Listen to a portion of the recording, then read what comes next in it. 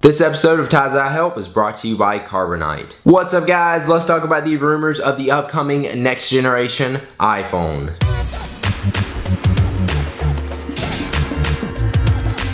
So the rumor is Apple will launch not one, not two, but 3 iPhones in 2013. These rumors are coming from China Times, which has ties to an Apple supply chain. They say Apple is going to launch the expected next-gen iPhone, which I'm guessing is the iPhone 5S, which will have a few little tweaks and upgrades from the current iPhone 5 we have now, but not too big of an upgrade. Pretty much like we've seen from the 3G to the 3GS and then the 4 to the 4S. They also say Apple's going to release a bigger iPhone with a 4.8-inch screen, which has been codenamed iPhone Math. And finally, they say they will launch a third iPhone with a 12 megapixel camera sometime later at the end of this year. What I'm thinking is the 4.8-inch iPhone will come out at the end of this year rather than just a phone with a 12 megapixel camera, and the 12 megapixel camera will come in the 4.8-inch iPhone. That makes more sense to me. Now remember, these are rumors, so none of these are certain, and a lot of people are speculating against it, but if you look at Apple's track record, they just made an iPhone 5 with a 4-inch screen, and then they made an iPad mini with a 7.9-inch screen, so they are exploring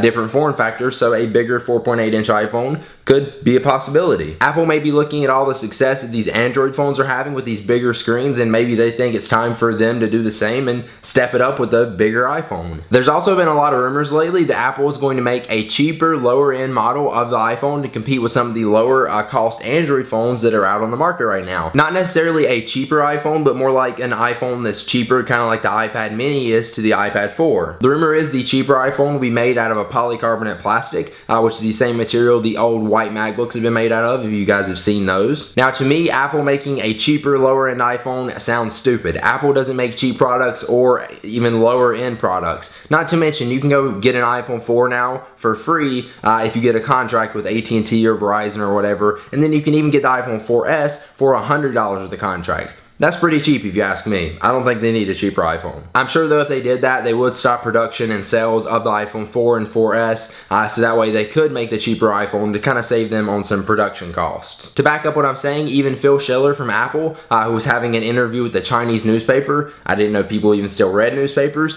completely denied the claims that Apple is making a cheaper, lower end iPhone. So I don't think it's gonna happen. But even though they denied it, this would be the first time that Apple has made a product they said they weren't going to make. There's also rumors saying that the new iPhone will come in 6 to 8 colors, so that way you have more of a selection on your choices, which makes sense. They've been making different colors of the iPod Touch. Why not do it with the iPhone? Now reports are saying that the new iPhone, or iPhones, whatever they decide to do, are going to start production in March, and then we'll have a release date of June. So here's what I think. Will Apple make a cheaper iPhone? I would guess not, but if they do, it will come alongside the iPhone 5S, which I say is certainly going to happen. Now as far as the bigger iPhone with a 4.8-inch screen, I'm not too sure, but I will say I think they really need to do it. With the wide variety of Android phones out there, they are definitely stealing some of the iPhone's customers, but the question is, does that matter to Apple? I think Apple has two choices here. They could just keep up with the same release cycle they have now and just release a new iPhone and then a smaller upgraded version of it, and then another new iPhone and then a smaller upgraded version of that, or they could change it up. And they could release the bigger iPhone with a 4.8-inch screen to keep all those people that are switching and going to Android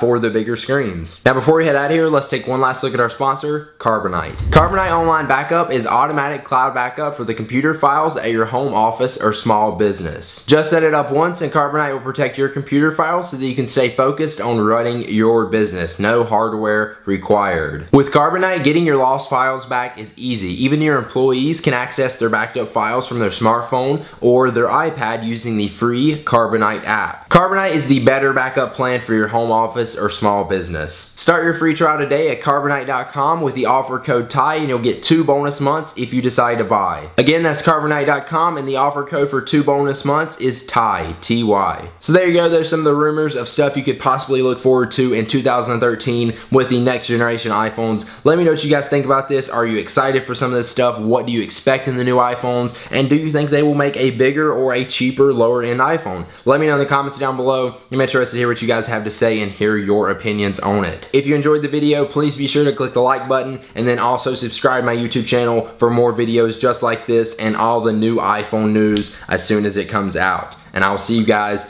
in the next video. Peace!